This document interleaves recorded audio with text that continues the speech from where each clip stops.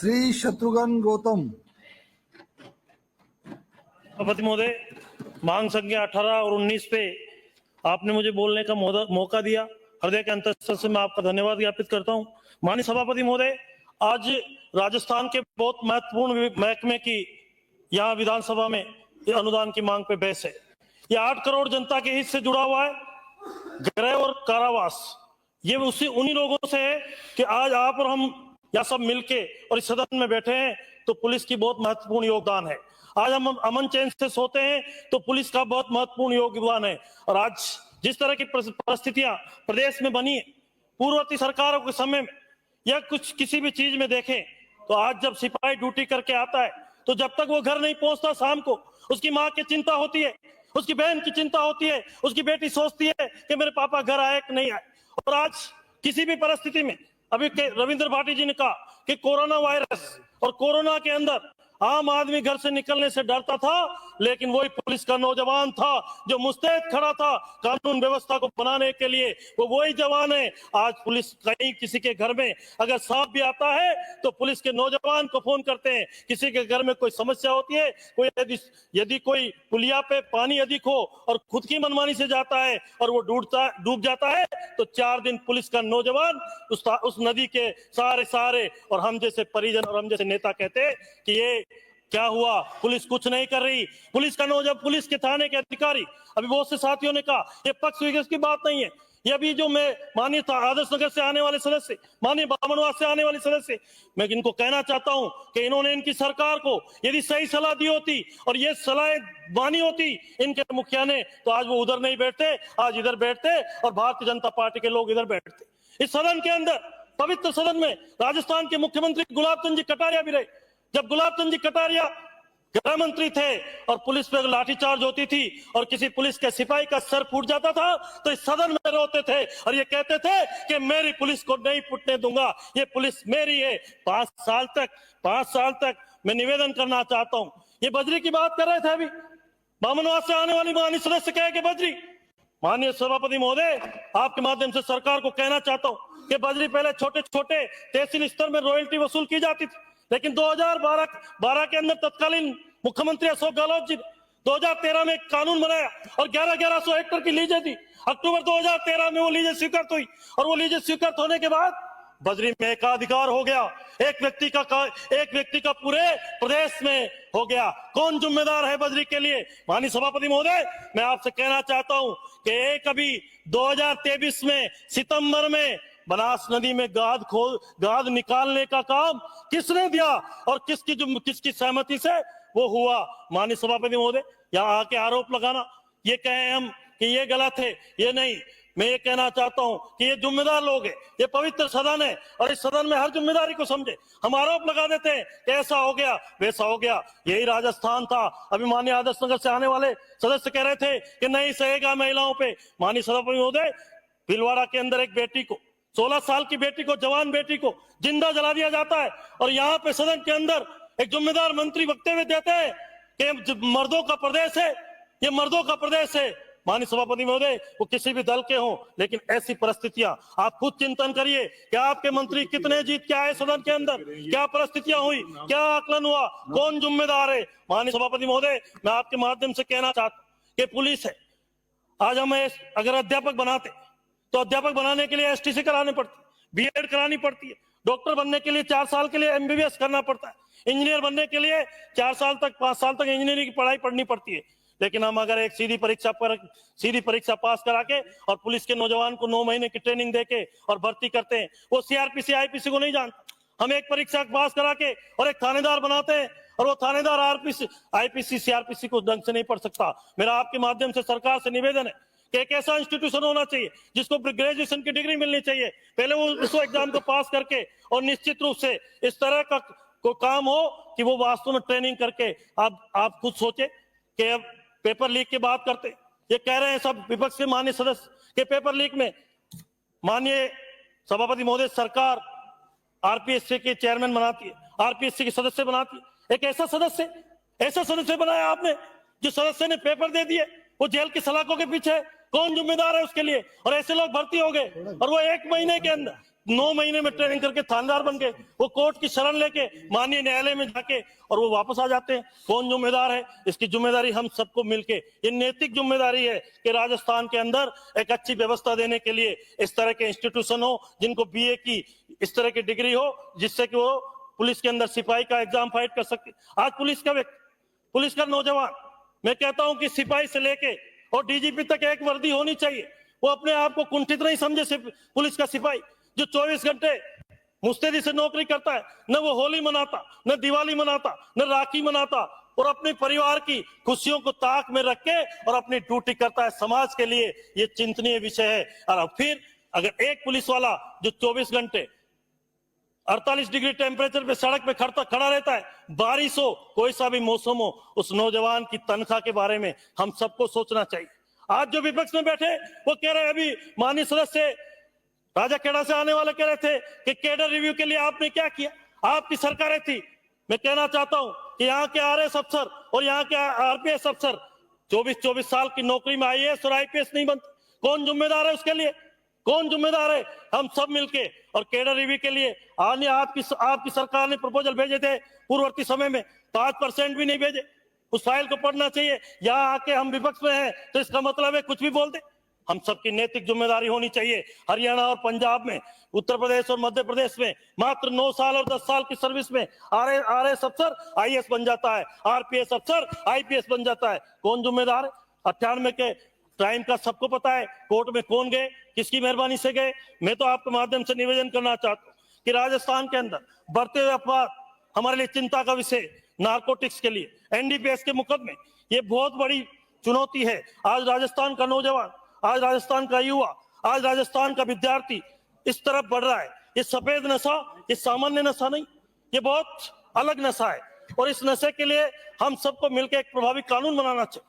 Narcotics में जो तफ्तीश की प्रक्रिया है ये बड़ी गहरी है, ये बड़ी लंबी है कि कौन इसको गिरफ्तार करेगा, उसके बाद तफ्तीश कौन करेगा। इसमें सरलीकरण होना चाहिए। एनडीपीएस नारकोटिक्स डिपार्टमेंट से मिलके और इसमें इस तरह का प्रभावी कानून बने तो राजस्थान की जनता के लिए हित हो। माननीय सभापति महोदय, आज विजयनगर से जो घटना घटी है, उस विजयनगर की घटना के अभी माननीय चूरू से आने वाले माननीय सदस्य ने उसके बारे में कहा।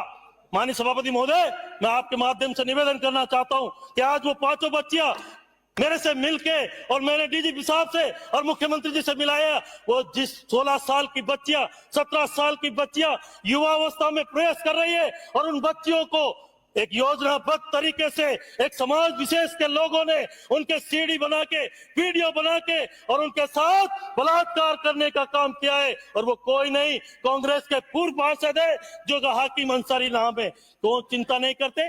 मैं कहना चाहता हूं सदन के मेरे सभी साथियों से, चाहे सत्ता पक्ष के हो चाहे विपक्ष के हो, वो बेटियां हमारी भी है और आप लोग भी सब एकजुट होके और सारा विपक्ष के सदस्य ये कहे कि बेटियां पहले हमारी है। हम वोट के चक्कर में बोले नहीं कि एक समाज विशेष की है, क्यों नहीं बोले? अजमेर का फोटो ब्लैकमेल कांड राजस्थान से चिरपरिचित है। राजस्थान में क्या हुआ फोटो ब्लैकमेल कांड में, लेकिन क्या नहीं हुआ और अब सजा हुई है 40 साल के बाद। तो मैं माननीय सभापति महोदय, अजमेर फोटो ये विजयनगर वाली घटना पे आपसे निवेदन करना चाहता हूं कि इसमें आपके माध्यम से सरकार से निवेदन करना चाहता हूं, एसआईटी गठन होनी चाहिए और उन बेटियों के लिए एक महिला अधिकारी डेप्यूट होनी चाहिए। वो महिला अधिकारी तफ्तीश करे, वो महिला अधिकारी उनको सुरक्षित करे। एक मिसिंग लड़की है कोमल, उस कोमल से जांच होनी चाहिए, ये जांच का विषय है। घटना स्थल पे एफएसएल के से जांच कर एफएसएल का रिकॉर्ड होना चाहिए, हथियार बरामद होने चाहिए और गिरोह बनाकर जो संगठित अपराध कर रहे, जिनके लिए बाहर से फंडिंग होती है कि इस लड़की को फंसाएगा, इस लड़की से प्यार करेगा तो तुझे इतना पैसा मिलेगा, इस पे जांच होनी चाहिए। और वो ऐसे लोग, षड्यंत्रकारी लोग, ऐसा कानून बनना चाहिए कि भविष्य में हिम्मत नहीं करे। माननीय सभापति महोदय, मैं कहना चाहता हूं कि संसाधनों की कमी है आज सरकार के पास, ये कुछ भी है, ये हमारे पास नहीं, ये पहले से चली आ रही है। लेकिन हम सभी सत्ता पक्ष के विधायक, उसे मैं रिक्वेस्ट करना चाहता हूं आपके माध्यम से कि थाने पे हमारे पास गाड़ियां नहीं, हम कानून की बात करें या हमसे जो अपराधियों के पीछे भागे, थाने पे हमारे पास कंडम गाड़ियां हैं। तो सभी विधायक अपने विधायक कोष से कम 20 लाख रुपए साल के पुलिस महकमे को दे, इससे हमारी गाड़ियां दुरुस्त हो, हमारा सिस्टम दुरुस्त हो। आज मैं आपको आपके माध्यम से निवेदन करना चाहता हूँ कि मोबाइल फोरेंसिक लैब राज्य स्तर पर उपयोग में लिए जाने वाले टूल्स, मोबाइल और फोरेंसिक लैब राज्य स्तर पर फोरेंसिक लैब स्थापित होनी चाहिए। इससे मैं टेबल करूंगा कि बहुत सारी चीजें जो राजस्थान पुलिस के लिए उपयोगी है, ये कानून के लिए उपयोगी है। तो माननीय सभापति महोदय, ये भी जरूरी है कि इन संसाधनों के बिना आज जिस तरह से डिजिटलाइजेशन का फ्रॉड हो रहा है, क्रेडिट कार्ड का फ्रॉड हो रहा है, जिस तरह से चीटर बड़े बड़े लोग साइबर अपराध करते हैं, साइबर अपराध से निपटना सामान्य बात नहीं है। माननीय सभापति महोदय, मैं तो आपसे निवेदन करूं कि पिछली सरकार लालसोट में एक डॉक्टर अर्चना शर्मा का एक घटना घटी और एक पूर्व विधायक जो उसमें अनुसूचित जाति के लोगों के पक्ष में जाते हैं और उसके खिलाफ सरकार मुकदमा दर्ज करके और 51 दिन जेल की सलाखों के पीछे भेज दिया जाते हैं। लेकिन न्यायिक पालिका में हमको भरोसा है और वो आज हमारे विधायक बिल्कुल न्यायपालिका से बाइज्जत बरी करेंगे, हमारे को एक गर्व है। लेकिन सरकारों में मैं तो यही कहूंगा कि सरकार इस तरह का कोई काम नहीं करे, कोई भी सरकार हो जो इंटेंशनली हो, जो जिसके पीछे कोई कारण हो। माननीय सभापति महोदय, आज बजरी माफिया कभी पुलिस वाले को कुचल देते हैं, कभी फॉरेस्ट वालों को कुचल देते हैं। ऐसे प्रभावी कानून बनने चाहिए कि इस तरह से करने वाले, क्योंकि बजरी में जो बजरी में घटनाक्रम हुआ है और जो बजरी में सब जानते हैं ये सामान्य चीज थी, लेकिन इसके पीछे गलती हुई और गलती हुई ये सब जानते किससे हुई, लेकिन इस पे प्रभावी कानून बनके और काम होना चाहिए। माननीय सभापति महोदय, आज जेल की बात करें, माननीय राजाखेड़ा से आने वाले सदस्य ने कहा, सही अच्छी बात है कि जेलें आज से 25 साल पहले 40 साल पहले बनाई गई थी। जेल से संगठित अपराध शुरू होता है। आज चाहे अजमेर की जेल हो, कोटा की जेल हो, जयपुर की जेल हो, उदयपुर की जेल हो, ये शहर के बीच में और जेल के अंदर मोबाइल उपलब्ध हो जाते, जेमर काम नहीं करते।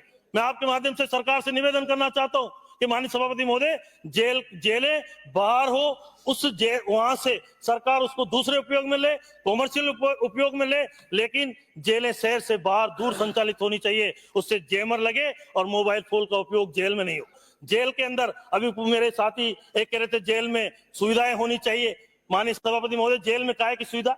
जो जेल जाने वाला है 98% या 95% अपराधी है, अपराध करके गया है, तो जेल में जाने के बाद उसको पता चलना चाहिए कि मैं जेल में क्यों आया हूं, उसको इस बात का ज्ञान होना चाहिए। माननीय सभापति महोदय, मैं आपके माध्यम से सरकार से भी अनुरोध करूंगा, मेरे विधानसभा क्षेत्र में केकड़ी में सब जेल होनी चाहिए, क्योंकि हमारे यहाँ जेल नहीं होने से 80 किलोमीटर 90 किलोमीटर अजमेर ले जाया जाता है अपराधियों को, बंदियों को, और उसमें पुलिस का बहुत बड़ा वो होता है, परेशानी होती है। माननीय सभापति महोदय, मैं आपके माध्यम से ये भी कहना चाहता हूँ कि जो हार्डकोर बंदी है, जो सभी बंदी है, आजकल मोबाइल का जमाना है, वीडियो कॉन्फ्रेंसिंग के माध्यम से सारी तफ्तीश से उनको तारीख पेशी में नहीं ले जाने के बजाय बीसी के माध्यम से जेल के अंदर और कोर्ट के उनकी तारीख पेशी होनी चाहिए। उसमें पुलिस को बहुत असुविधा होती है। हार्डकोर क्रिमिनल हो चाहे कोई सा भी क्रिमिनल हो, पूरी व्यवस्थाएं लगानी पड़ती है। मैं तो आपको यही कहते हुए आपसे कि माननीय सभापति महोदय, हमारे भजन लाल जी की सरकार आने के बाद पुलिस तंत्र मजबूत हुआ है, पुलिस तंत्र काम कर रहा है, और निश्चित रूप से अभी माननीय बामनवास से आने वाली सदस्य कह रही थी कि एक अधिकारी उदयपुर में किया। मैं उनसे पूछना चाहता हूं आपके माध्यम से कि आपकी सरकार ने 4 साल तक, 4.5 साल तक उन अधिकारियों को कहां रखा? कहां पोस्टिंग रही उनकी? कौन जिम्मेदार है? आज आरोप लगाना, कोई भी बात कहना सामान्य बात है, लेकिन उसकी बात चर्चा में किसी भी बात पे आरोप लगा के और हमारे बड़े नेताओं पे आरोप लगाने के लिए, सस्ती लोकप्रियता हासिल करने के लिए आज डॉक्टर किरोड़ी लाल जी की इतनी चिंता है, तो उस समय विपक्ष में जब डॉक्टर साहब किरोड़ी लाल जी थे तो उनकी बात मान लिया होती तो इधर नहीं बैठते, इधर बैठते माननीय। और आपने फोन टेपिंग में पूरे राजस्थान में रिकॉर्ड बनाया। फोन टेपिंग में क्या हुआ? कुछ अधिकारियों का तो काम ही यही था फोन टेपिंग, कुछ अधिकारियों को तो मतलब यही था, उनकी क्रीम पोस्टिंग इसीलिए रही कि वो फोन रिकॉर्ड करके शाम को जाते कि साहब ये आदमी ये बात कर रहा है। इसके लिए आपको राजस्थान की जनता से माफी मांगनी चाहिए कि हमने फोन टेपिंग कराया। हमारा ओएसडी लोकेश शर्मा ये राजस्थान की नहीं पूरे देश के मीडिया के सामने कह रहे हैं कि हमसे फोन टेपिंग कराई गई, चिपको तू इसको खत्म कर देना, इसको सीडी को लैप्स कर देना। ये हमारे लिए दुर्भाग्य की बात है। एक इतने बड़े नेता जिसके लिए कभी विपक्ष के माननीय सदस्य के मुंह से या माननीय पूर्व मुख्यमंत्री जी के मुंह से राजस्थान में ये नहीं निकला कि ये हमने गलत किया। आज चिंतनीय विषय कि ये आज जो बात कर रहे हैं डॉक्टर किरोड़ी लाल जी की चिंता कर रहे हैं। अरे आपने जब चिंता कर दी होती कि सचिन पायलट साहब के फोन रोज टैप होते थे तो आप विपक्ष में नहीं बैठते। आज आपकी दिल्ली में इतनी कम सीटें नहीं होती। आज राजस्थान में आप लोग ये भजन लाल जी की पर्ची सरकार कह रहे हो। माननीय सभापति महोदय, आपके माध्यम से कहना चाहता हूं कि ये पर्ची बहुत महंगी पड़ेगी। ये पर्ची 25 साल तक राजस्थान के अंदर भारतीय जनता पार्टी की सरकार बनेगी, डॉक्टर शिखा 28 में भी नील। बनेगी। बहुत बहुत धन्यवाद। बहुत बहुत